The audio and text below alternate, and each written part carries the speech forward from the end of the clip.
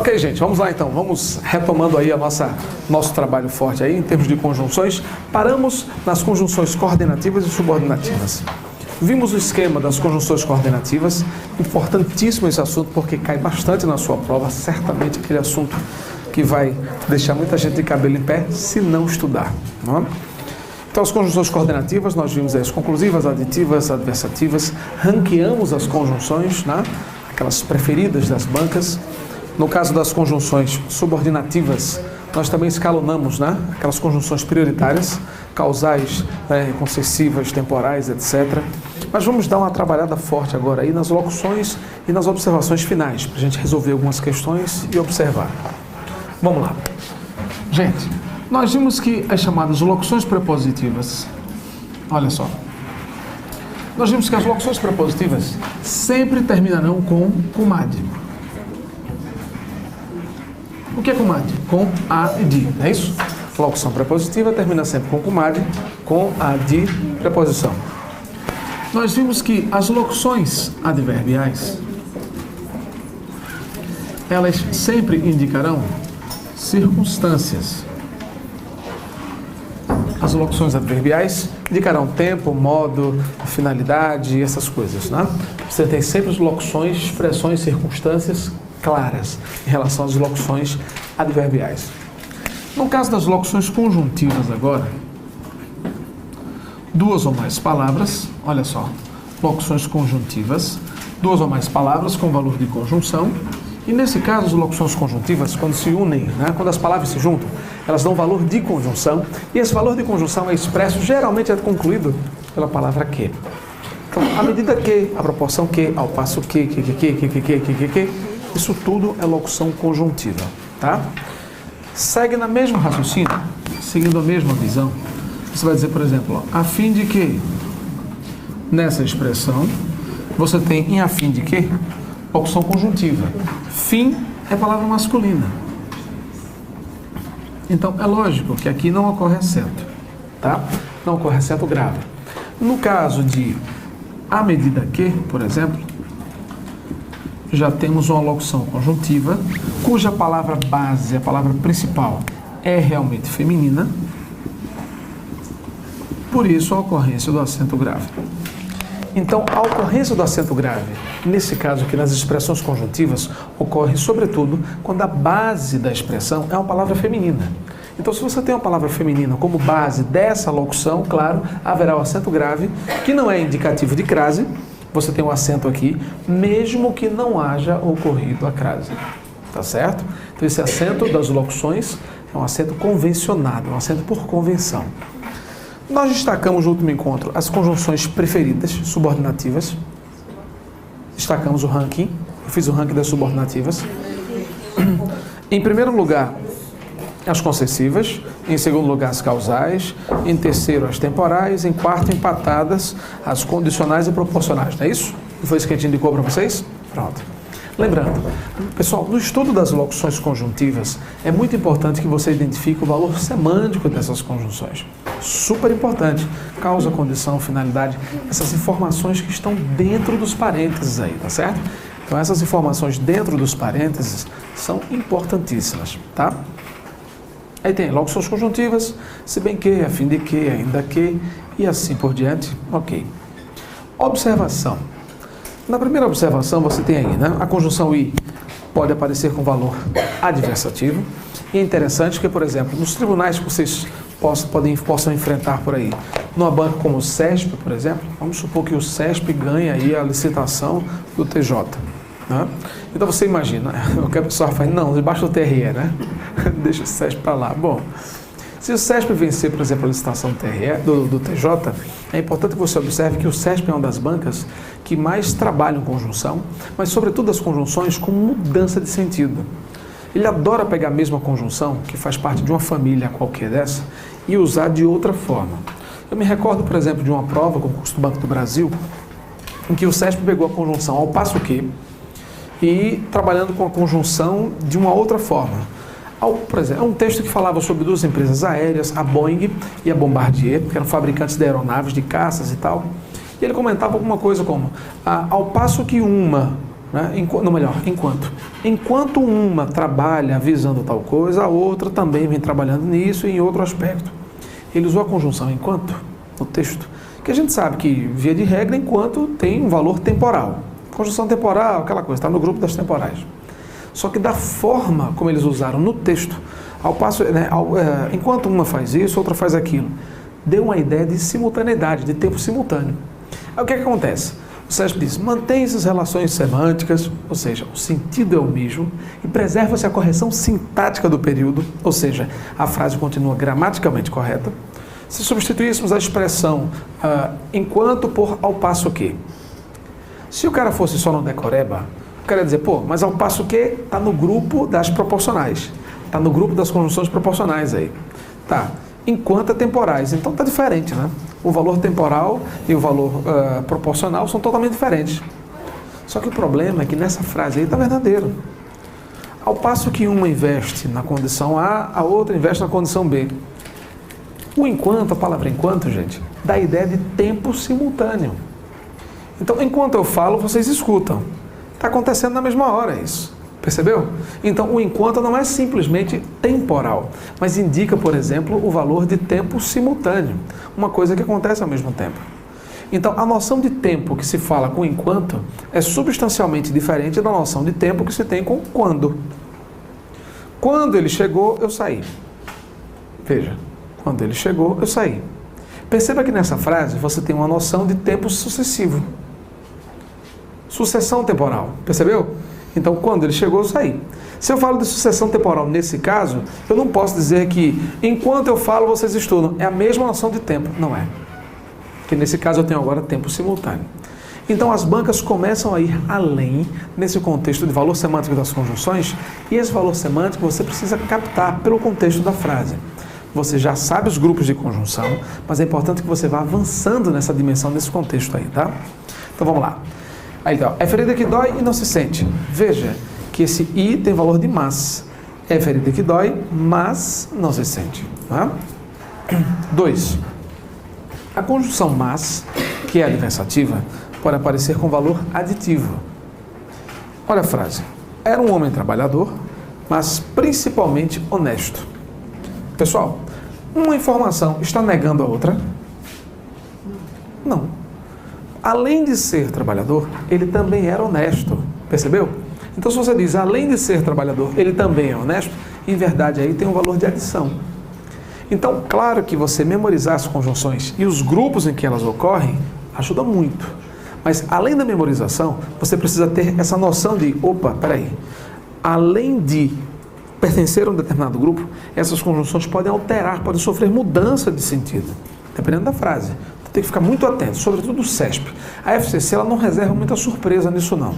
Ela trabalha com as conjunções bem previsíveis, tal, a diversidade, a oposição, mas o SESP ele vem mudando, mas sempre muda muito isso. Ele é bem articulado nesse aspecto, tá? Destaque aí as observações 3 e 4. Destaque. Destaque as observações 3 e 4. 3 e 4. São muito importantes. A observação 3 é super abordada na FCC, tem muita tradição na FCC. Mas por quê? Muitas questões das provas de tribunais da FCC tratam essa questão de causa e consequência. A relação de causa e consequência, verifica-se um efeito e a sua causa, respectivamente. A grande sacada dessas questões aí traz exatamente o entendimento que preciso ter dos enunciados. O que a FCC está perguntando a você? Eu me recordo que uma das questões, por exemplo, que a FCC colocou na prova do TRF da primeira região, foi a FCC, prova de técnico, ela colocou lá numa das questões essa relação de causa e consequência, que é super simples, você vai ver que não tem mistério nenhum.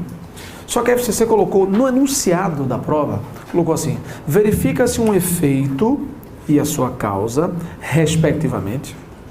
Então, a grande pulha, a grande pegadinha dessas questões de causa e efeito na FCC está na leitura do enunciado, em que ela brinca causa e consequência, causa e efeito, efeito e causa e consequência, respectivamente dessa forma, nesta ordem. Essas palavrinhas de comando que às vezes as pessoas patinam. Então, por exemplo, a relação de causa e consequência não precisa estar na ordem. Não tem que ter primeiro causa, depois consequência. Não tem nenhum compromisso com isso. Marcelo, então quer dizer que se ele disser assim, verifique sua relação de causa e consequência e não disser mais nada, a ordem que tiver lá, eu posso marcar certo? Pode. Do jeito que tiver.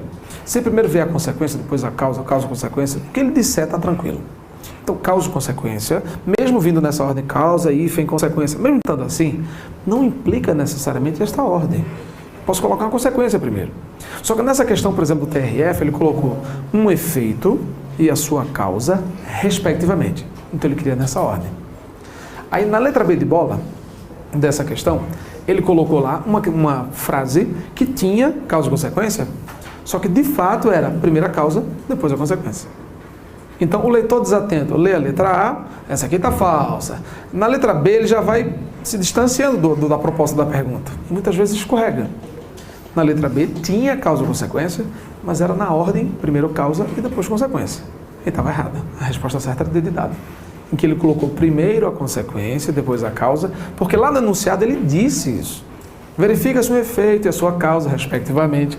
Então fiquem atentos a isso, tá? As questões de causa e consequência da FCC, às vezes eles colocam a cenário alternativo em que possui uma relação de causalidade. Não diz mais nada. Mas se ele disser só causalidade, é causa e consequência? É, gente. É. Nas frases que tem um nexo causal, abordagem causal, geralmente você tem um contexto de consequência também. Então eles só alteram o enunciado, só alteram o teor do enunciado para você ficar realmente assim, será que é a mesma coisa? É a mesma coisa, tá? Então vamos lá. A relação de causa e consequência de natureza sintático-semântica independe da classificação sintática do período. Sim, Marcelo, não entendi nada aí, descomplica. Causa e consequência não tem nada a ver com o fato de na frase ter uma conjunção causal, uma subordinação não sei de onde, nada. Como é que eu avalio causa e consequência? Pelo teor da informação presente na frase, só. Ele está triste porque, sei lá, não ganhou um prêmio. Está muito clara a relação de causalidade. É uma frase super simples. Eduardo Cunha hoje está ainda tenso em virtude das denúncias e tal que podem levá-lo ao impeachment. Há ou não há causa e consequência aí? Primeiro ele está tenso e depois por causa. Percebeu? Então é super simples. Quando você percebe a relação de causa e consequência, não precisa ter oração subordinada, coordenada não sei de onde. Não. Você lê a frase e avalia o teor da informação contida na frase. Mais nada. Esse teor é que vai fazer com que você perceba se há ou não há causa e consequência. Então, é de natureza sintática semântica, está colocando aí, né? É de natureza sintática semântica que independe da classificação sintática. Ou seja, não tem nada a ver se é subordinada, coordenada, não precisa disso. Ou seja, o que vale é o contexto. O valor sintático semântico é o valor contextual que uma frase recebe, o que ela representa, a conjunção. Está fazendo o que nessa frase? Qual é o papel que ela representa? Então, o valor sintático semântico é um valor contextual que a palavra adquire numa determinada frase, tá? Falou tanto que ficou rouco. A fala excessiva, causa. Rouquidão, consequência. Então, tá claro, você tem causa e consequência aí. Mas se eu dissesse assim, a presidente Dilma não foi reeleita no primeiro turno. Tá, nessa frase aí, há causa e consequência? Não. Mas se eu disser, a presidente Dilma não foi reeleita no primeiro turno em virtude da denúncia da CPI, sei lá, do Petrolão, Mensalão, qualquer coisa dessa aí. Não é fácil? Não tem que fazer, é tranquilo. O bom leitor, ele pega rápido. Causa e consequência, ele lê na frase, ele sabe, você tem uma coisa provocando a outra. Tá? 3, é isso aí. 4. Essa observação 4, eu quero que você destaque para valer, mas destaque mesmo. Circule, escreva uma jaca, uma melancia, bota um coraçãozinho, florzinha, raio, cai, escreva, pinte, piche, pode pintar mesmo, para valer. Quando eu estiver lá na frente, que a gente estiver começando a estudar orações subordinadas, aí eu vou dizer assim, pessoal, lembra que a gente viu? Lembra não? Vamos voltar lá. A gente vai voltar para essa página aí. E você vai ver essa sua pichaçãozinha aí também, tá tudo pintado aqui. Que o professor pediu para eu pintar para valer mesmo, assim, para arrebentar. Cai. Pronto. Essa parte de conjunção integrante também é muito importante. Conjunção integrante é pronome relativo. Você tem que saber essa diferença. E é super simples. Quando eu chamo que, pronome relativo? Quando você troca que por qual. Quando você trocar por qual, o qual, a qual, os quais, trocou é pronome relativo. Olha como é simples. O livro que eu li é ótimo. O livro, bora. O livro, no qual eu li. Se eu disser, as pessoas que eu conheço, as pessoas as quais eu conheço. Os amigos que tive, os amigos os quais. Tranquilo. Então a palavra que, qual, concorda sempre com o antecedente. Vou observar se é masculino, feminino, singular, plural e concordar. O CESP é uma banca que faz muito essa troca, avalia muito o candidato nessa percepção de troca. Porque tem muita gente que não sabe usar o qual, a qual não sabe. Aí ele bota a situação em que me encontro, se substituíssemos a expressão em que por na qual, não haveria prejuízo à correção, certo? Se substituíssemos em que por o qual, às vezes tem gente que marca verdadeiro. Então essa troca do em que por na qual, nos quais, nas quais, é típico CESP, tá? Que é conjunção integrante? Se você tentar trocar que por qual e der certo, é pronome relativo. Mas se você tentar trocar por que por qual e ficar horroroso, o segundo passo é você tentar trocar pela conjunção, pelo pronome isso. Se tentar trocar por qual e não der certo, tente trocar por isso. Veja a frase. Necessito de que me ajudem. Se eu dissesse aí, necessito de qual me ajudem, estaria certo? Não. Mas se eu disser, necessito disso, posso ou não posso? Percebeu? Então trocou, necessito disso. Trocou pelo pronome isso, esse que será chamado de que, pessoal? Conjunção o quê? Tá claro isso? Conjunção integrante. Então, Marcelo, para que eu tenho que saber isso? Para você saber bem oração subordinada lá na frente. Eu vou precisar muito dessa diferença. Gente, lembra? Pronome relativo, conjunção integrante, a gente vai precisar muito. Pontuação, orações subordinadas, concordância verbal. Esse conhecimento eu vou levar lá para frente. Então, se você não souber bem essa diferença do que, qual e tal, por isso é que eu estou destacando, eu vou precisar disso lá na frente bastante. Tem casos de concordância verbal envolvendo isso aí. Tem casos de orações subordinadas, adjetivas, substantivas, que eu vou precisar disso aí. Casos de pontuação que eu vou precisar disso aí. Se não souber isso aí, desse tópicozinho aí. Vai patinar lá na frente. Tá? Beleza? Vamos embora então. Fechamos esse bloco. Vamos partir para os exercícios. Bom, vamos começar com questão 24 e questão 26. Façam aí, questão 24, questão 26, só para a gente começar a conversa. Vamos lá. Como esses dois tópicos a gente não tinha visto ainda, essas duas não seriam teoricamente tarefa de casa, tá? Pelo menos a 24 a 20. Quem fez está ótimo. 2 minutinhos. Vamos lá. Na questão 24, indica a alternativa em que não se estabelece relação de causa e consequência. Não é causa e consequência. Resposta certa, letra? Letra C, tá claro? Na letra A, pessoal, a letra A possui causa e consequência. Qual é o elemento que desencadeia a relação de causa e consequência na letra A? É devida, né? A expressão é devida, é por causa de, ocorre, decorrência de. Na letra B de bola, qual é o elemento que desencadeia a causa e consequência? É um deles. Provocou. Qual outro? Por ter. A preposição por, associada ao verbo ter, da forma como está aí, também associa causa e consequência. Devido a isso, por causa disso. Certo. E na letra D, quem é? Quem é na letra D? Motiva. Exato, motiva. E na letra E?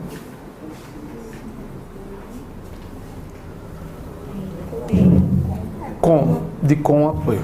A preposição com, de com apoio. Com o apoio à educação, por causa do apoio, devido ao apoio. Certo? Ok. Questão número 26, ele quer saber onde não é conjunção integrante. Letra? C. Letra C. Os alunos que se ausentaram, os alunos os quais se ausentaram. Exatamente, os alunos os quais. Vamos lá. Questão do número 23, a partir daí vamos corrigir, né? Já passei as outras para casa, você dá uma lida. Vamos corrigir na questão 23. Embora diferentes, embora tem valor de quê? Concessivo, valor de concessão, desde que esta se tornou questão filosófica. Desde que? Tem valor de quê? Nesse caso aí, é tempo. Desde que pode ser temporal ou condicional, pode ser os dois. Só que nesse caso, quando diz desde que esta se tornou questão filosófica, desde quando esta se tornou, desde o momento em que, então realmente nesse contexto aí, o desde que é temporal. Qual seria a resposta certa da 23, letra? Letra? Letra C de casa, né? Ok. Vou fazer o seguinte, eu vou colocar o gabarito desse bloco aí, de classes invariáveis no quadro, a gente vai fazendo o checklist das dúvidas, né? Gabarito de classes invariáveis.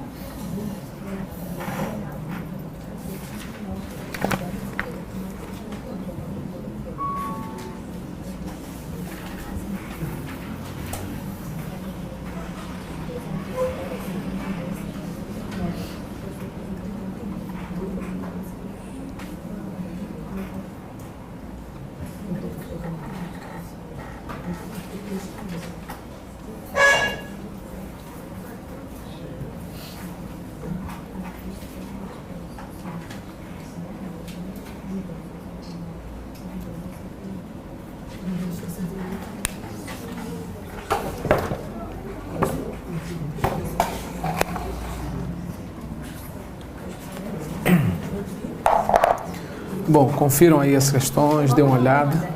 Oi? De 1 a 10. Faltaram algumas? Joia.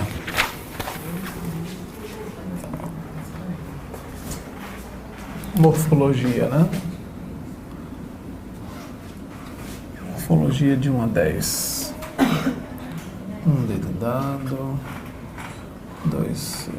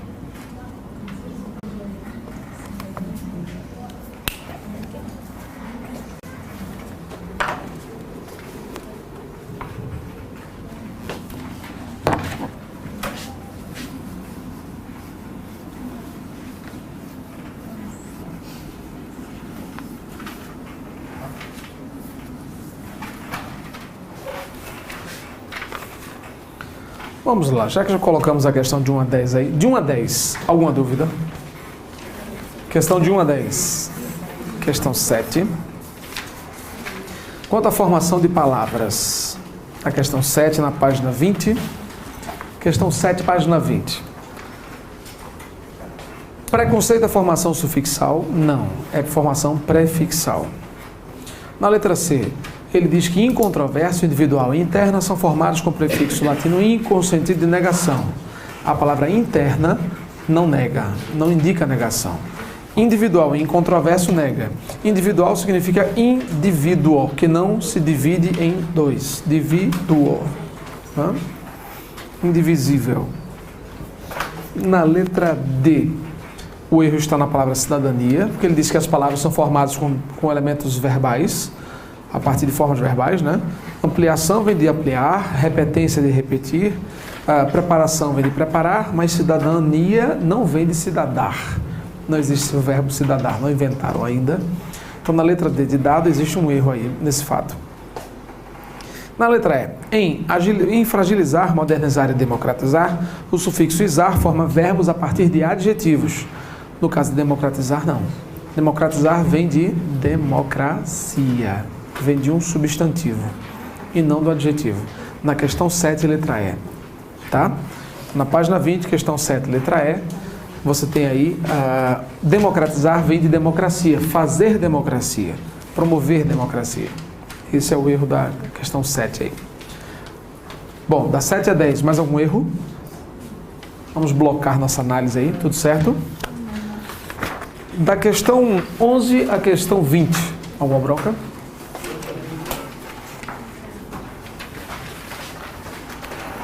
Vejam isso, da questão 11 a 20, se existe alguma coisa. 17. Devolva meu livro, estou precisando dele. Se ele quer um valor de explicação, eu tenho que procurar nesse contexto aí qual a conjunção é explicativa.